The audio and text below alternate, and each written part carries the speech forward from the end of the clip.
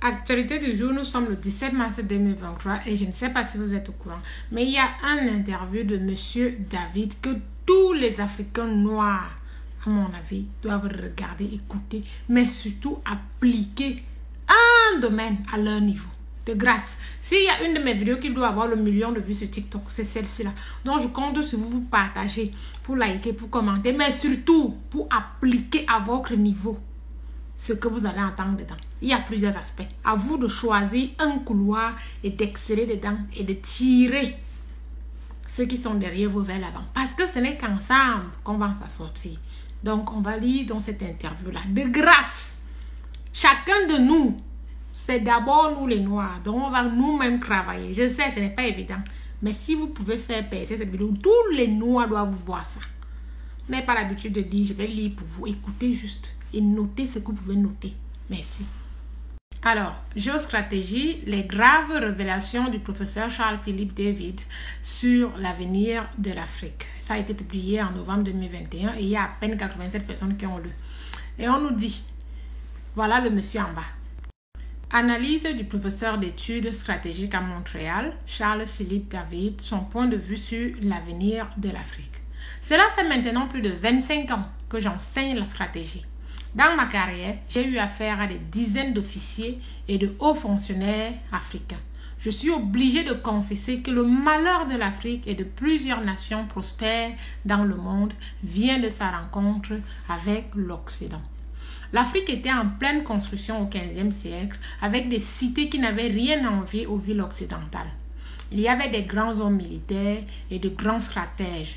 Mais tout ceci a été sciemment effacé de la mémoire des Africains.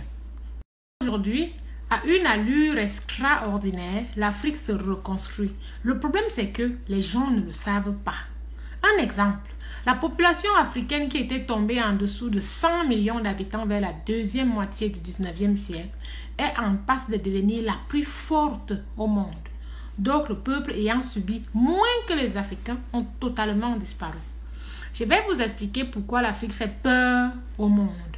Au moment où je parle, le monde fait face à 3 enjeux principaux. L'énergie, la défense stratégique et la mondialisation. L'Afrique est au carrefour de tout cela. Commençons par l'énergie. Toutes les ressources énergétiques stratégiques les plus rares du monde sont en Afrique.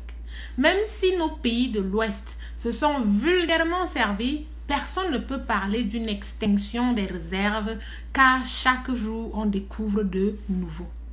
Vous allez constater que les médias n'en parlent jamais. On préfère retourner les regards des Africains et du monde vers les guerres et la pauvreté. C'est de l'arnaque pour celui qui est éveillé.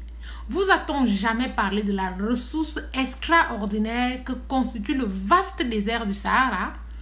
Vous a-t-on jamais parlé de l'immensité des ressources en eau douce du sous-sol africain? C'est conscient de cette richesse phénoménale que constitue l'Afrique que des pays comme les USA, la France, la Chine, le Royaume-Uni, etc. sont décidés à la maintenir dans une position de réservoir et de desservoir mondial. Il y a aujourd'hui des task force un peu partout, chargé d'étudier et de proposer des solutions qui permettront à ces nations de faire main basse sur les ressources mondiales et d'assurer que quoi qu'il advienne, leur approvisionnement sera assuré. Que peut l'Afrique? L'Afrique, c'est 54 minuscules États écartelés entre la Banque mondiale, le FMI, le Club de la baguette, le Club de Londres, les vendeurs d'armes, etc. Les mercenaires, les médias occidentaux, etc. Ces États n'ont même pas eu le temps de reconstituer leur histoire qu'ils tombent dans la mondialisation. Que peuvent faire les présidents de ces États? Soit ils obéissent, soit ils sont écartés. La marge de manœuvre existe, mais très faible. L'Occident a su mettre en place un vaste système pour gouverner le monde. Et jusqu'à présent, aucun pays n'est arrivé à tenir, excepté la Chine. Regardez l'Amérique latine. Dites-moi quel pays s'en sort? Aucun. Que pensez-vous des pays arabes? Aucun ne s'en sort, n'est véritablement indépendant, même pas l'Arabie Saoudite. Ensuite, la défense stratégique. L'état de délinquance des armées est organisé à dessein. On ne colonise pas une région en y laissant une armée forte. Les armées africaines ont donc été transformées en armées de répression intérieure que de guerre ou de défense intelligente. Pourquoi? Parce que nos nations ont besoin que vos armées se retournent contre vos peuples pour nous garantir l'accès aux richesses. Les États ne peuvent non plus avoir accès au financement militaire.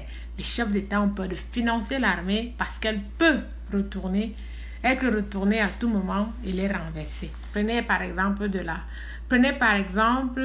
le cas de la défense anti-aérienne. Il n'y a quasiment aucun pays qui possède un système de défense équipé de missiles anti-aériens modernes. L'accès a été extrêmement verrouillé, ce qui laisse le champ libre aux avions de reconnaissance occidentaux pour pénétrer les territoires africains en toute quiétude.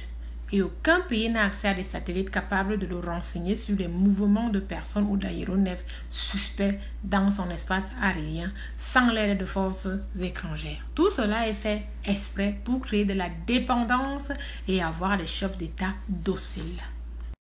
Aujourd'hui, des pays comme les États-Unis, la France et le Royaume-Uni peuvent détruire en une journée toutes les structures d'une armée africaine sans envoyer un seul soldat au sol. Rien qu'en se servant des satellites, des missiles de croisière et des bombardiers stratégiques. À mon avis, cela ne durera pas longtemps. Les Africains commencent à comprendre les enjeux. Si les pays africains se mettent ensemble et que chacun accepte de donner seulement 10% de son budget militaire à un centre continental de recherche et d'application sur les systèmes de défense,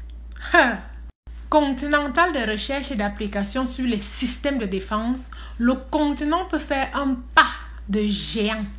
Et il y en a en Russie, en Ukraine, en Chine, en Inde, des centaines de scientifiques de très haut niveau qui accepteraient de travailler pour $3 000 US par mois afin de vous livrer des armes sophistiquées fabriqués sur le continent et servant à votre défense. Les gars, voici où je vous dis qu'il faut crier.